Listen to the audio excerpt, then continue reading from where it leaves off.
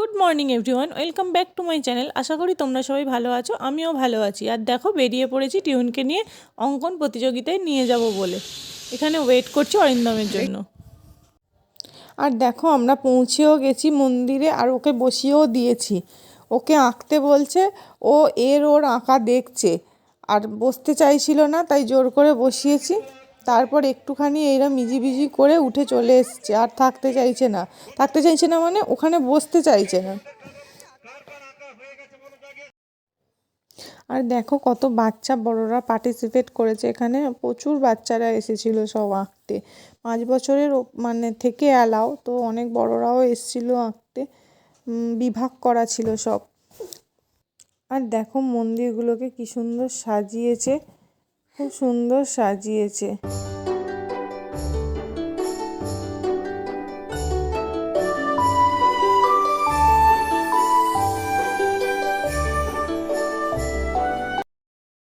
এইটা হচ্ছে শ্মশান মন্দিরের পাশের ওই বাগানটা। বাগানে দেখো কত রকমের ফুল গাছ বসানো, নানা রকমের গাছ বসানো, সাজিয়েছে খুব সুন্দর করে। আর গাঁদা ফুলগুলো দেখো, কি বড় বড় গাঁদা ফুল। এই রকম বড় গাঁদা সচরাচর দেখা যায় না এখানে। মানে বাড়ির যে গাঁদাগুলো হয় ওগুলো তো খুবই ছোট ছোট হয়, কিন্তু এগুলো খুব বড় বড়। তোমরা বুঝতে পারছো কি জানি না, আমি সামনে থেকে দেখেছি আরও বড় বড় লাগছিল। আর এই দেখো, কত রকমের গাছ, ফুল গাছ সব ছোট ছোট করে বসানো। একটু ঘুরিয়ে টিউনকে দেখাচ্ছিলাম এদিক ওদিক করে। আর আমরাও ঘুরে দেখছিলাম, কারণ অনেক দিন আসা হয় না। বছরের এই সময়টাতেই শ্মশান মন্দিরে আসা হয়, আদার্স টাইমে তো অত আসা হয় না। এই টাইমে সবাই আসে। টিউনের এই জায়গাটা এত ভালো লেগেছে, ও এখান থেকে যেতেই চাইছে না। যতবার নিয়ে যাচ্ছি ততবার ওরম দাঁড়িয়ে পড়ছে। আর আমি ওই জন্য বলছি, তুই কি এই ফুলগুলো নিবি? ও ফুল গাছগুলো দেখাচ্ছিল। ভিউটা দেখো, দারুণ লাগছে, কি সুন্দর লাগছে। মানে এতদিন পরে গেছি, খুব ভালো লাগছে। আর এইটা দেখো, শ্মশানের গেটটা, যেখানে মানে দাহ করা হয় আর কি, এইখানটার গেটটা, ফ্রন্টের গেটটা। তারপর আমরা বেরিয়ে যাচ্ছিলাম, কারণ অনেকটাই লেট হয়ে গেছে। অরিন্দম আবার অফিসে বেরোবে, ওই জন্যে ভাবলাম চলে যাই, নাহলে ওর দেরি হয়ে যাবে। যেতে যেতে তোমাদের ভাবলাম একটু গঙ্গাটা দেখিয়ে নিই। এই মন্দিরের পিছন দিকেই এই গঙ্গা নদী বয়ে যাচ্ছে। আর দেখো, নৌকাগুলো কিরকম সারিবদ্ধভাবে দাঁড়িয়ে আছে, কি দারুণ লাগছে। তোমরা বুঝতে পারছো কি না জানি না ভিডিওতে। পপিটটা কিছুদিন আগে খাটের নিচে ফেলে দিয়েছিল, আজকে আবার দেখতে পেয়েছে, আমাকে এনে দিতে বলল। এনে দিতে খেলছে।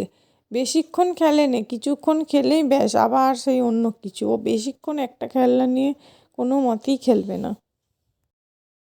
এখন 5:30 মতো বাজে। টিউন গেছে ওর দাদু ঠাম্মির সাথে একটু ঘুরতে। আজকে ওর দাদু দোকান খোলেনে, বাড়িতেই আছে, তাই দুজনের সাথেই একটু বাইরে ঘুরতে গেল, সামনেই গেছে। আর আমি এখানে বসে আছি। ও এলে ওকে খাইয়ে দাইয়ে আবার ওই মন্দিরেই নিয়ে যাব, কারণ সন্ধেবেলা ভোগ বিতরণ অনুষ্ঠান আছে। তো ওখানে আমরা যাই, ভোগ খাই। কারা কারা ঠাকুরের ভোগ খেতে ভালোবাসো অবশ্যই কমেন্ট করে জানিও। আমার তো খুব ভালো লাগে ঠাকুরের ভোগ খেতে। আমরা এবার মানে সন্ধ্যের দিকে ও এলে খাইয়ে দাইয়ে নিয়ে রেডি হয়ে বেরোবো। সারা রাস্তা এইভাবে লাইটিং করেছে। আর এই দেখো, সকালে যে মন্দিরটা দেখালাম, সেটাতেই আলোয় পুরো ভরিয়ে দিয়েছে, কি সুন্দর লাগছে।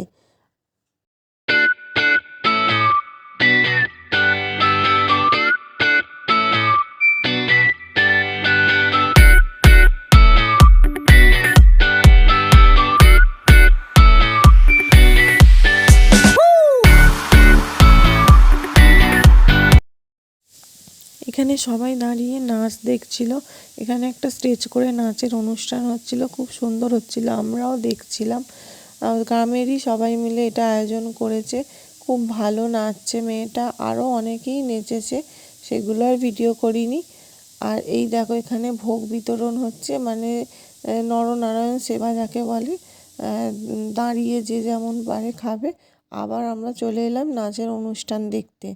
খুব ভালোই করছিল বাচ্চা বাচ্চা মেয়েগুলো, তাই ভাবলাম আর একটু দেখি, তারপরে বাড়ি যাব। আর হ্যাঁ, টিউন কোনো আঁকায় গিফট পায়নি, কারণ ওকে আমরা এমনিই বসিয়েছিলাম বাচ্চাদের মাঝে, কারণ 5 বছর থেকে ওরা আঁকা অ্যালাও, তাই জন্য। আর দেখো, এইগুলো বাচ্চারা কি সুন্দর খেলছে। সারাদিনটা এইভাবেই কাটালাম। এখন রাত্রির 10টা মতো বাজে। একটু আগে ওই মন্দিরের অনুষ্ঠান দেখে ফিরেছি। ভোগও খেয়েছি। এখন টিউন ওর ঠাম্মি পিপির সাথে খেলছে। আজকেও তাড়াতাড়ি ঘুমিয়ে পড়বে, কারণ সেই দুপুরের পর ওকে আর শুতে দিইনি, কারণ কালকে প্রায় 2:30 পৌনে 3টে অবধি জেগেছিল। ওই জন্য আজকে আর ওকে সন্ধ্যেবেলা ঘুম পাড়াইনি, ওখানে নিয়ে চলে গিয়েছিলাম। আর এখন এসে ও একটু ঘুমই পেয়েছে, এবার ওকে ঘুম পাড়িয়ে দেবো। ওই জন্য ভাবলাম তার আগে ব্লগটা শেষ করে দিই। তো এত অবধি যদি ভিডিওটা দেখে থাকো অবশ্যই লাইক, কমেন্ট অ্যান্ড সাবস্ক্রাইব করে দিও। দেখা হচ্ছে নেক্সট ব্লগে। Good night.